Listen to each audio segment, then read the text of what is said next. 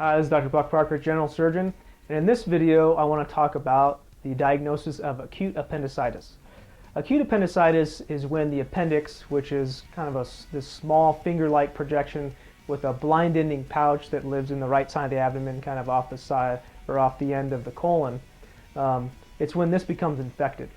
The reason the appendix becomes infected is because usually it gets obstructed or blocked off at the base. After the appendix is obstructed, the bacteria that naturally live in the appendix do what they do best and kind of reproduce at a really rapid rate. Since the appendix is blocked off and then it's a blind-ending pouch, there's really nowhere for the bacteria to go, so the appendix kind of gets larger and larger, and until eventually, without surgery, it will burst and you'll have stool spill into the abdomen. Let's talk about how we diagnose appendicitis and then how we treat it. First, the diagnosis is usually constellation of symptoms such as abdominal pain, fevers, chills, maybe some nausea and vomiting. These symptoms, although are common, may or may not be present in somebody with appendicitis. Most people do have belly pain that starts around the navel area and moves to the right lower abdomen over several hours. When you have appendicitis, it just does not get better on its own. So if the pain goes away, then most likely the diagnosis is not appendicitis. So what about tests besides just a history and physical examination? Well, we have a few fancy tests that are very helpful in diagnosing appendicitis. First is a blood test that looks for the white blood cell count. So if the white blood cells or the infection-fighting cells are elevated or increased, that's a pretty good indication that there is an inflammation or infection going on somewhere in the body. Secondly, we have the ultrasound. The ultrasound is particularly helpful in women, since a problem with the ovary on the right side can cause similar symptoms to an appendicitis. Sometimes the ultrasound will show a normal appendix and an abnormal ovary, such as a benign cyst, for example, that will confirm the problem is not appendicitis. So that's pretty useful. And then sometimes the ultrasound can confirm that the ovary looks normal, and maybe or maybe not seeing the appendix together with all the other signs and symptoms, we can say it's most likely appendicitis. And finally, we have the CAT scan or the CT scan of the abdomen.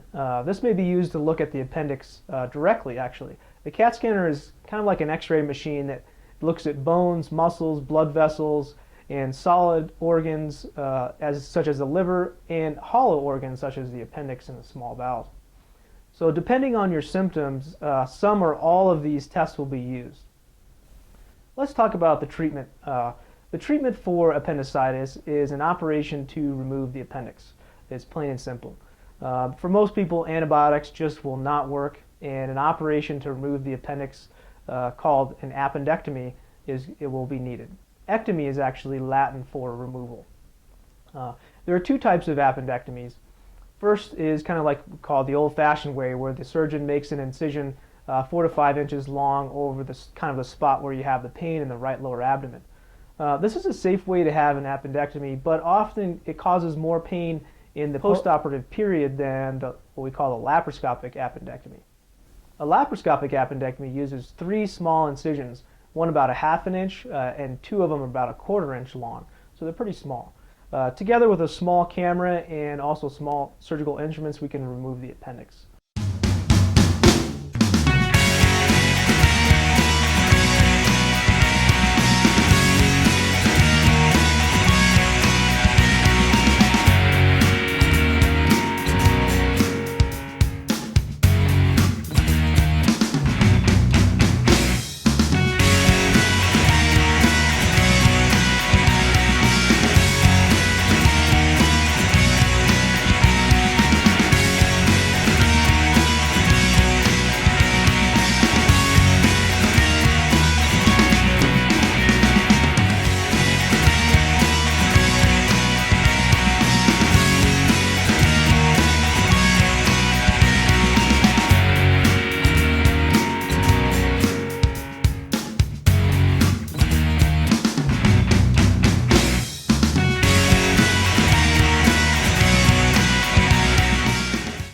With the laparoscopic appendectomy, patients generally experience less pain in the immediate postoperative period than in the old-fashioned way. There are of course a few risks associated with an appendectomy that you should know about, so you're completely informed about your operation before you have it.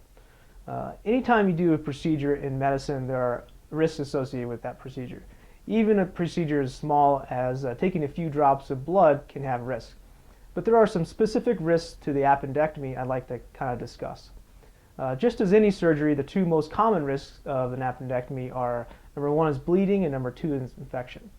Bleeding can be mild and self-limiting, meaning it kind of just stops on its own, or it can be moderate, as you may require a blood transfusion, or even severe, as you may require another operation to stop the bleeding.